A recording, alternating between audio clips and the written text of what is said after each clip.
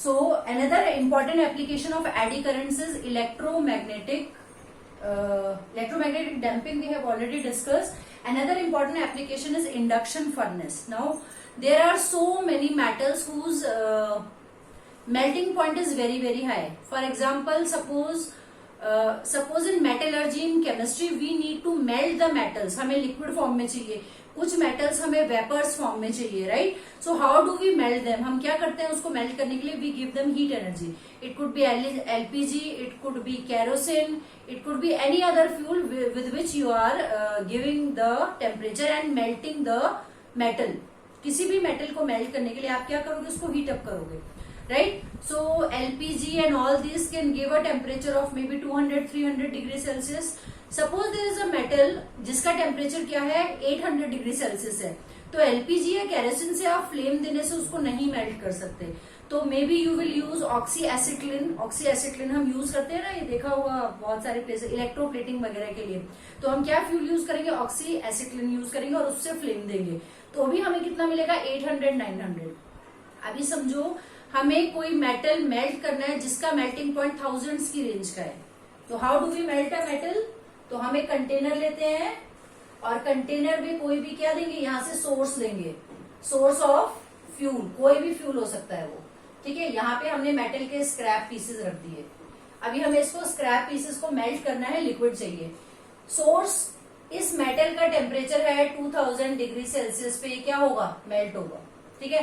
कोई भी सोर्स हमने फ्यूल रखा, LPG, kerosene, XYZ any fuel, तो हम इसको हीटअप कर रहे हैं. हीटअप करते करते करते ये मेटल स्क्रैप तो हीट हुआ नहीं, लेकिन ये जो कंटेनर था, ये 1800 सेल्सियस आते ही ये कंटेनर मेल्ट हो गया, लेकिन मेटल हमारा मेल्ट नहीं हुआ. तो what to do? How to melt a metal whose melting point is very very high? जैसे टंगस्टन का melting point I don't remember exactly, it is 3000 something, 3300 something होता है.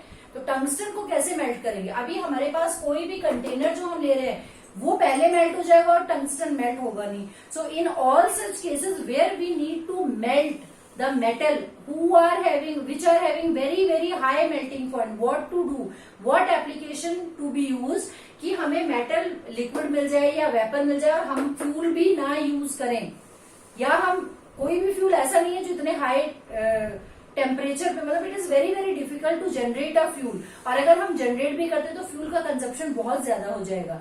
So there the application of eddy current in the heat generation is very very important, and this is the application of induction furnace. So what is induction furnace? हम क्या करेंगे? Metallurgy के लिए जो भी हमें मेटल चाहिए उसको हम अर्दन पॉट में यूज करेंगे. ये हमने अर्दन पॉट लिया, सिरेमिक भी ले सकते हो, सिरेमिक भी ऐसे मेल्ट नहीं होता है. So let us take, we have taken a earthen pot, और सिरेमिक का कुछ भी हमने ले लिया है, राइट. और इसमें हमने मेटल के पीसेस रख दिए, बहुत सारे स्क्रैप्स है, मेटल के स्क्रैप्स हमने यहाँ पे डाल दिए, और हमने क्या किया? यहाँ पे इलेक्ट्रोमैग्नेटिक लिया नॉर्थ पोल से, ये सोर्स हो गया. यहाँ पे भी हमने इलेक्ट्रोमैग्नेट लिया, यहाँ पे साउथ पोल बन रहा है, यहाँ पे नॉर्थ पोल बन रहा है. तो व्हाट इज हैपनिंग? एक स्ट्रॉन्ग मैग्नेटिक फील्ड जनरेट हो गई, ठीक है. एक स्ट्रॉन्ग मैग्नेटिक फील्ड जनरेट हो गई इस अर्दन पॉट के दोनों तरफ. कोई फ्यूल किसी भी चीज की जरूरत नहीं है हमें.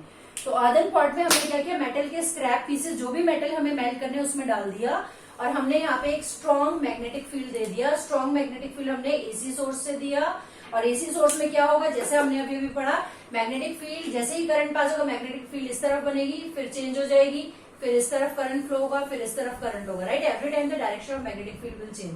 Whenever there is a changing magnetic field, हमने क्या पढ़ा है?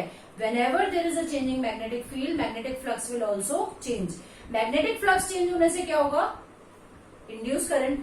क्योंकि हमने मेटल के पीसेस लिए, तो हर एक मेटल के पीस में क्या होगा? कोई बड़ा पीस है, कोई छोटा पीस है, हर एक पीस में एडी करंट्स बनेंगे, और ये एडी करंट्स बनते बनते बनते स्ट्रॉन्ग मैग्नेटिक फील्ड में यहाँ पे हर एक मेटल पीस में क्या बन रहे हैं?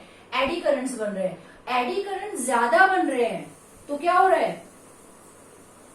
Because the area of the metal scrap is very very less, collisions ज्यादा हो रहे हैं. कॉलिजन्स ज्यादा होने की वजह से हीट जनरेट हो रही है, और हमने कोई भी फ्यूल नहीं लगाया, लेकिन थोड़ी देर बाद क्या देखा, ये मेटल सारा मेल्ट हो गया, क्योंकि ये खुद के ही एडी करंट के फॉर्मेशन की वजह से इतना ज्यादा हीट जनरेट हो गई हर एक पीस में कि it melts, right? And that is how we use induction furnace, and all these metal scraps after some time get converted to a liquid, and sometimes it even vaporizes. कुछ metals हमें vaporisation को हम जैसे diffusion करना है, या semiconductors में भी हम डिफ्यूजन करते हैं, वेपर्स मिक्स करते हैं दो मेटल्स के, so we can generate any desirable temperature. किस पे डिपेंड करेगा, कितना स्ट्रॉन्ग आपने इलेक्ट्रिक फील्ड दिया है, कितना ज्यादा हर एक मेटल स्क्रैप के पीस में एडी करंट्स बने हैं।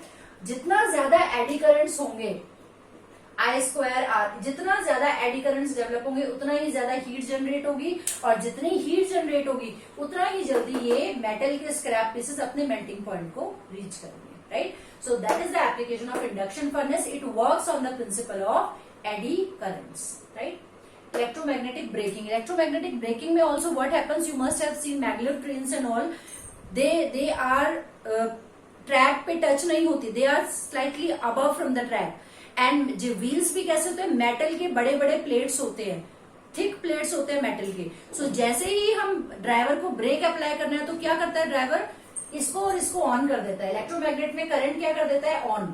जैसे ही इलेक्ट्रोमैग्नेट में, अभी हमने क्या लिया, इंडक्शन फर्नेस की जगह हमने मान लिया ये यहाँ पे ट्रेन का व्हील है, ये it's a huge wheel, it's a huge wheel of train. जैसे ही मुझे ब्रेक अप्लाई करना है तो what I will do, I will switch it on and a strong magnetic field is generated here. The moment a strong magnetic field is generated here, ये जो metal का wheel है इसमें क्या डेवलप होने शुरू हो जाएंगे, eddy currents. So the action is so fast, with in second जैसे ही स्ट्रॉन्ग मैग्नेटिक फील्ड अप्लाई किया, यहाँ पे क्या होगा, एडी करंट्स डेवलप होना शुरू हो जाएंगे।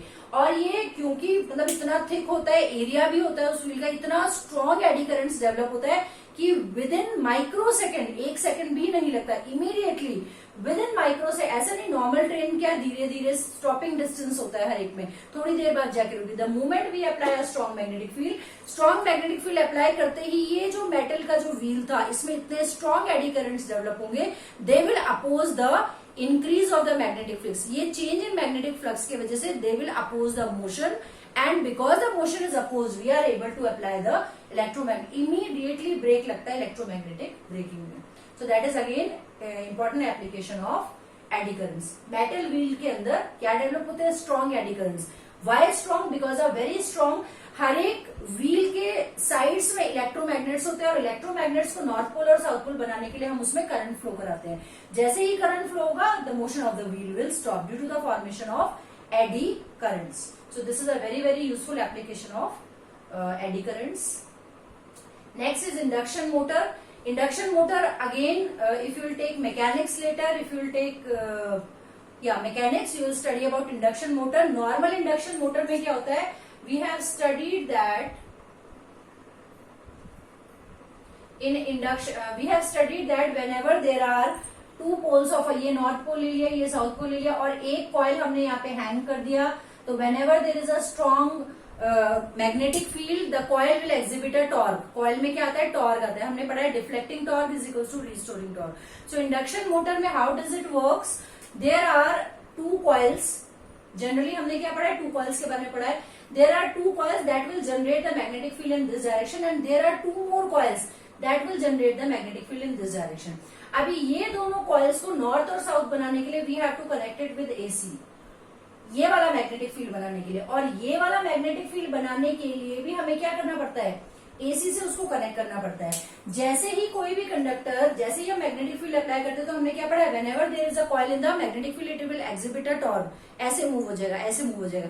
जैसे ही ये मैग्नेटिक फील्ड ऐसे होता है तो कॉइल का डायरेक्शन ऐसे होता है, ये ऐसे टर्न कर जाता है। जैसे ही ऐसे टर्न करता है तो हम ये वाला मैग्नेटिक फील्ड ऑफ कर देते हैं और ये वाला ऑटोमेटिकली ऑन हो जाता है। तो ये जो ऐसे मूव किया था, ये जो ऐसे मूव किया था, ये अब क्या मूव करेगा, क्योंकि पहले मैग्नेटिक फील्ड ऐसे था तो ये यहां से यहां आया।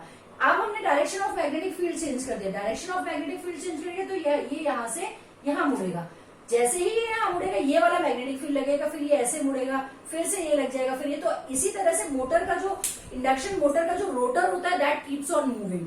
लेकिन इसका डिसएडवांटेज क्या है, क्योंकि हमें दोनों का मैग्नेटिक फील्ड चेंज करने के लिए दो दो सोर्स लगाने पड़ते हैं और एनर्जी का डिसिपेशन बहुत ज्यादा, इनपुट एसी इलेक्ट्रिसिटी कंजप्शन बहुत ज्यादा हो जाता है। तो इसको करेक्ट करने के लिए कि इतना ज्यादा इलेक्ट्रिसिटी कंजप्शन होके हम इलेक्ट्रिसिटी को इलेक्ट्रिसिटी से मैकेनिकल एनर्जी ले रहे हैं, तो ये ना लेके हम क्या करते हैं, यहाँ पे एक मेटल शीट फिट कर देते हैं रादर देन टू सोर्सेस। ये सोर्स हमने हटा दिया और यहाँ पे क्या कर दिया, एक मेटल का शीट फिक्स कर दिया। अभी मेटल के शीट पे क्या होगा, जैसे ही ये मैग्नेटिक फील्ड चेंज हुआ, metal sheet will develop a eddy current और एडी करंट की वजह से direction of magnetic field will change. So ये आधा और ये आधा रोटेशन तो इस मैग्नेट की वजह से हो रहा था, लेकिन बचा हुआ जो अभी चेंज ऑफ फील्ड जो होगा that will be due to the metal sheet. हम क्या करते हैं, एक मेटल का शीट डाल देते हैं इंडक्शन मोटर में और वो मेटल का शीट जो direction of magnetic field change करने का काम है that will be responsible for changing the direction of the magnetic field. And वो जो एक्स्ट्रा सोर्स हमें यहाँ पे देना पड़ रहा था, that is how we save our energy by using a metal sheet that will develop the eddy current, और एडी करंट की वजह से मोटर का जो रोटर है that will continuously move in a induction motor, right? And the last application, that is deadbeat galvanometer, which is very very important. I'll quickly finish. That is the last topic of the chapter also, as well as the eddy currents. So we have studied that in galvanometer there is a metal core, there is a coil attached, hair spring and all. यहाँ पे north pole है, यहाँ पे south pole है, यहाँ पे हमारा pointer होता है and pointer will read this and we have learn that deflecting torque is equals to restoring torque. इसके ऊपर हमारा ये काम करता है, right, the galvanometer, right. What is a dead beat galvanometer? Beat, we know that whenever a coil is kept in a strong magnetic field it will exhibit a torque. Torque की वजह से उसमें क्या आएगा, डिफ्लेक्टिंग टॉर्क। हेयर स्प्रिंग की वजह से क्या आएगा, रिस्टोरिंग टॉर्क, ठीक है। अभी डिफ्लेक्टिंग टॉर्क ने इसको मूव कर दिया यहाँ पे और रिस्टोरिंग टॉर्क से मूव हो गया यहाँ पे। डिफ्लेक्टिंग टॉर्क की वजह से ये आया 3 पे और रिस्टोरिंग टॉर्क 4। क्या हुआ, पहले जो पॉइंटर था वो 4 पे मूव हुआ, फिर 3 पे, फिर 4 पे, फिर 3 पे। अगर 4 और 3 के बीच में ऐसे मूव करता रहेगा तो हम रीडिंग कैसे लेंगे? This is called as beating. What we need, हमें तो रीडिंग लेनी है कि कितना करंट फ्लो कर रहा है and it is only moving between 3 and 4, so how we will take reading? So what we have to do, we have to make this beat as dead. हमें इस बीट को, जो ये बीटिंग हो रही है 3 और 4 के बीच में, इसको डेड करके एक जगह पे फिक्स करना पड़ेगा and that will be our reading. So for that what is done, we use a metal core here. और मेटल कोर में मैंने बताया भी था पहले, आयरन कोर होता है जनरली। अभी हमें करंट तो कॉपर वायर में डेवलप हो रहा है, तो हमें ये आयरन कोर की क्या जरूरत है? This iron core develops a eddy current, और एडी करंट की वजह से क्या होगा, ये जो करंट इंक्रीज हो रहा है या जो भी वैल्यू जा रहा है रिस्टोरिंग टॉर्क की वजह से, this eddy current will tend to make the beat dead and that is how we can take a reading in a galvanometer. जब ये इंक्रीज होना शुरू हुआ, because due to the formation of eddy current it will oppose the motion, और ये जो needle है एक जगह फिक्स हो जाएगी। जैसे ही ये निडल यहाँ पे इसकी जो बीट है, मतलब शुरू में ऐसे दिखाएगा 4, 3 और थोड़े कुछ ही सेकंड में ये फिक्स हो जाता है। सो इसकी बीट को डेड करने का काम, इसकी बीट को फिनिश करने, मतलब ये ऑसिलेट नहीं करे और फिक्स हो जाए, ये काम कौन करता है? ये काम करता है आयरन का कोर, जिसमें या मेटल शीट भी लगाते हैं बहुत सारे गैल्वेनोमीटर्स में। तो this metal sheet will make this beat as dead, may stop this pointer at one place and we are able to take its reading. Again, this is a very very important application of eddy currents. So we have learnt eddy currents are used in electromagnetic damping, eddy currents are used in electromagnetic braking, eddy currents are used in induction motor, eddy currents are used in deadbeat galvanometer, and eddy currents are used in induction furnace. So all these important applications. Apart from this, eddy currents are also used in our energy meter. अब ये डेडबीट हम कहीं पे भी बना सकते हैं। तो इसी तरह से जब एडी करंट्स डेवलप होते हैं यहाँ पे भी, तो हम क्या करते हैं, इसी से कनेक्ट कर देते हैं अपने एनर्जी मीटर को, स्पीडोमीटर को। स्पीडोमीटर में भी तुमने देखा होगा एक फिक्स जगह पे, अगर वो फिक्स है तो मतलब the beat is dead. Speedometer में, एनर्जी मीटर में, इन सब जगह पे हम क्या यूज करते हैं, we are using eddy currents, right. It is also use in inductothermy. Inductothermy में क्या होता है, अगेन हमारा ये वाला पार्ट पेन कर रहा है, तो ये पेन कर रहा है तो हम व्हाट टू डू, रादर ये heat treatment method we will go for heat treatment. Heat treatment method और इंडक्टोथर्मी में क्या करते हैं, आपके दोनों साइड एक स्ट्रॉन्ग इलेक्ट्रोमैग्नेट और एक मेटल पीस लगा देंगे, और मेटल पीस लगाने की वजह से क्या होगा, मेटल पीस में एडी करंट्स डेवलप होंगे, हीटअप होगा, और वो हीट आपके टिश्यू में जाएगी अंदर, और whatever pain you have that pain can be obviously heat energy have been used for ages. सालों से हम सिकाई करते हैं या किसी भी कपड़े को लेके हीटअप करके किसी भी चोट वाली जगह पे लगाते हैं. What actually transfers, it transfers the heat energy to that particular tissue. So वही हीट एनर्जी हम क्या करते हैं, जब हम दोनों साइड इंडक्टोमीटर में क्या होता है, इंडक्टोथर्मी में क्या होता है, तो दोनों साइड हम स्ट्रॉन्ग इलेक्ट्रोमैग्नेट से मेटल पीस में एडी करंट्स डेवलप कराते हैं, और वो एडी करंट्स हीट जनरेट करते हैं, और उस हीट से